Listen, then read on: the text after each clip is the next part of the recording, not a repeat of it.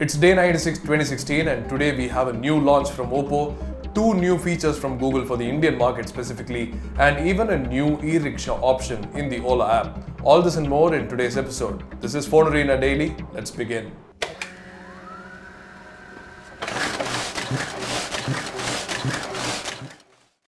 Oppo has launched the F1 Plus today in India. This phone is basically the Oppo R9, which was launched in China, and the crazy thing about this is of course the 16 megapixel front facing camera, which surpasses the 13 megapixel rear facing camera, which is crazy, and hence this is being marketed as a selfie expert, obviously. So this phone also has 4 GB of RAM and a familiar looking metal body along with a 5.5-inch 1080p screen.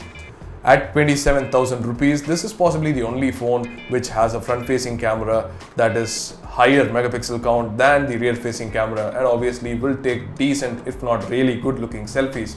So in case you're really interested, do check out more information in the links below. Google has added health cards to its knowledge graph for search in the Indian market. These health cards are basically information booklets, or rather pamphlets, which offer readily accessible information about many diseases, their symptoms, the common health conditions, and so on. They are richly illustrated sometimes, and they are also textual in English and Hindi. While they launched in the US and Brazil first, these health cards for India offer more localized content. For example, they have tropical conditions included like malaria and dengue and their initial symptoms and so on. And again, conforming to local conditions, these health cards can be downloaded as a PDF so that network connectivity issues aren't much of a problem. So these are the new health cards that Google have introduced to the Indian market. Android Auto has begun its wide international rollout, and the list surprisingly includes the Indian market. So you can now download the Android Auto app, and if you have a compatible car, you can straight away go ahead and use it. Basically, Android Auto is an operating interface that lets us extend our phone onto the car's display and the touchscreen, and you can obviously use all the apps.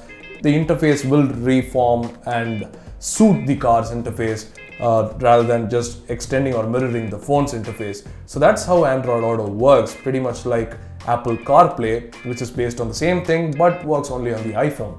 So right now in India, Mahindra & Mahindra is the only manufacturer that supports Android Auto, but obviously we will be seeing more, maybe. E-rickshaws, the electric auto rickshaws that you might have already seen around on the roads, are coming to the Ola app starting from today, at least in the Delhi NCR region.